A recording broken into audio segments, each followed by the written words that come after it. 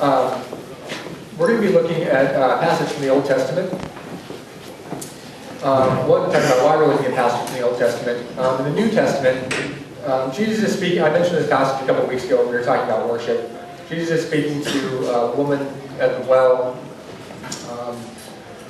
And the conversation that they have is about worship. She says, you're a Jew, and your people worship in Jerusalem, at the temple. And he says, there's coming a day, and that day is now, is here, when those who worship in spirit and in truth. And we worship what we know, but you worship what you don't know. Jesus very clearly, a number of times, in a number of ways, points to the Old Testament and says, it's the Old Testament that shows us who God is, and that you can only worship God if you know who God is. Now, that being said, the Old Testament is really hard sometimes to process, to understand, to make sense of how does this fit in with what we see in the New Testament. But that's kind of what we have to struggle through, because following God, as we'll see in the passage today, really does take some struggle. A couple questions as we're getting started, things to be thinking about as we're going through this passage. We'll come back to these questions at the end. How does this teaching apply to my faith, to my life, to how I'm living, where I'm living? What is God leading me out of and away from? And along with that, what is He leading me to? Because He doesn't do one without doing the other. What has God provided for me that I'm not holding on to? What good things has He given to me that I'm just kind of letting go of and not paying attention to?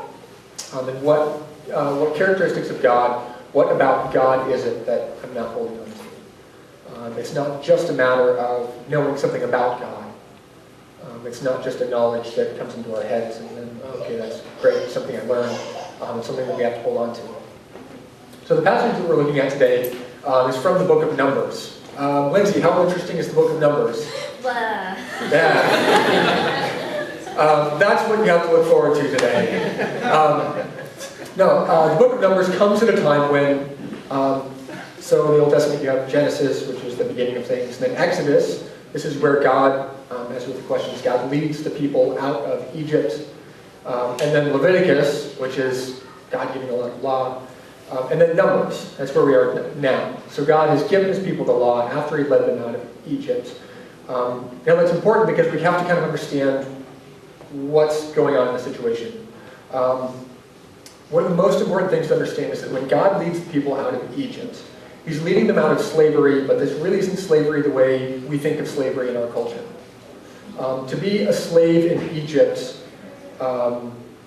really wasn't too bad a gig. Now, you were a slave, but Egypt, if you think back through your history, did you ever study the Egyptian Empire in school? That was in 7th grade. That was like all we did. We started at the beginning of civilization, and by the end of the year, we were just starting the Roman Empire. And most of that time was Egypt. Because the Egyptian Empire, at this time in history, the Exodus, was the center of the civilized world. This was like where to be. It's not Egypt like we think of Egypt now. It's not just desert, nothing around. The Nile River flowed through Egypt, flowed through the civilization, and watered their crops. They had food all over the place. If you look at how the Israelites ended up in Egypt, their entire history they've been in Egypt. Remember, Israel, the nation of Israel, is the descendants of Jacob, who's called Israel. Now, Jacob's sons, one of his sons is Joseph, who goes to Egypt, is sold into slavery in Egypt, and rises into power, and then brings his whole family into Egypt to save them from the famine. And so, the first sons of Israel come to Egypt, and they stayed in Egypt. Now, eventually, they were enslaved. So, their culture, they don't really have their own culture. Right? They've been in Egypt the whole time. They've been in Egypt about 400 years at this point, and God comes along, and part of the process of what's going on is God saying, okay, I want to take you out of slavery and into the land that I promised you. That's the part that we hear about a lot, but the part of it that is easy to miss is that God has to remove Egypt from the Israelites. That living in the culture, they had bought into a lot of the Egyptian culture. They had accepted a lot of the Egyptian culture, the Egyptian gods.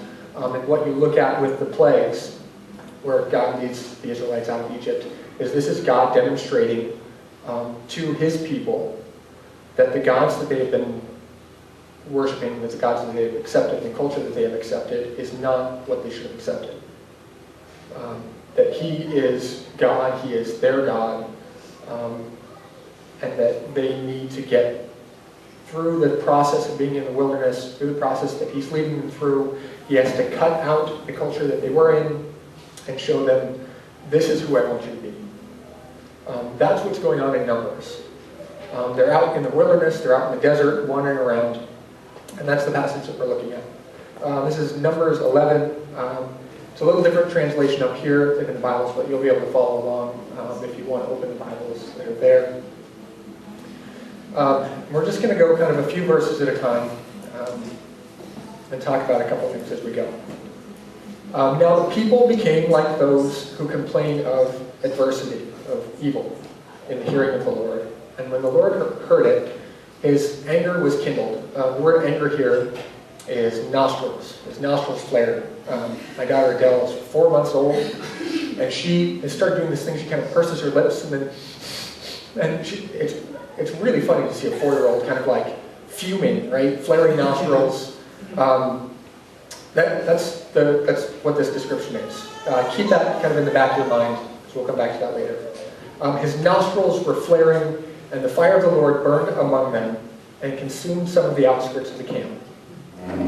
The people therefore cried out to Moses, and Moses prayed to the Lord, and the fire died out. So the name of the place was called Taberah, because the fire of the Lord burned among them. Picture people who grew up in the center of civilization, and now for the last couple of years, they are living in tents out in the wilderness. Anyone ever go camping? Anyone not go camping? Don't like camping? I thought there'd be at least someone here who doesn't like camping. Listen, have you ever been camping? Yes. In a tent? Yes. How'd you feel? That's why I don't like camp. Okay. Right. So if you grew up, my brother-in-law grew up in Columbus, in the city of Columbus. He married my sister out in Montana, so we go out to Montana. And of course, we take him out camping and skiing and all those things. And it's really funny to see him because he's just kind of awkward out in the wilderness. He's adjusted a little bit. Michael, don't be offended if you're listening. Because when you grow up in a lot of comfort, it's really hard to be in a tent, frankly.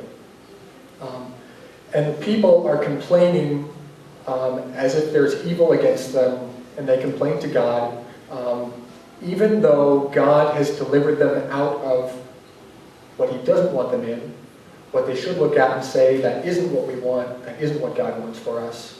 And they're complaining to Moses about it. It's Moses who goes to God. This is a trend that you see a lot through this section of Scripture. You see the people complaining, and they're complaining to Moses, and then Moses goes to God and intercedes for the people.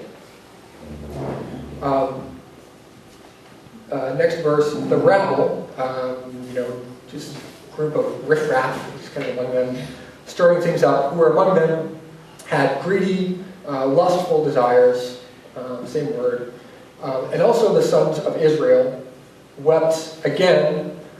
So you have kind of a group of like strong dissenters, but then you have people who are just not satisfied with where they are. There are there's a distinction made here between just being uncomfortable and really complaining. And they said, "Who will give us meat to eat? We remember the fish which we used to eat free in Egypt, the cucumbers and the melons and the leeks and the onions and the garlic, and now our appetite, our soul, is dried up. There is nothing at all to look at except this manna."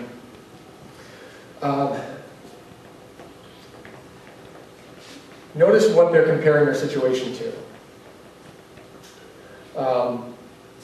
We wish we were in Egypt. We wish we had what we had in Egypt. And all we have is this manna. So we're saying, okay, what's manna? That's what the next verses tell us. It's kind of this parenthetical that says, okay, this manna, this is all they had. The manna was like coriander seed, and its appearance like that of bdellium, kind of a pasty, something, I don't know exactly what that is. But the people would go about and gather it from off the ground and grind it between two millstones and beat it in the mortar and boil it in the pot and make cakes with it. And its taste was as the taste of cakes baked with oil.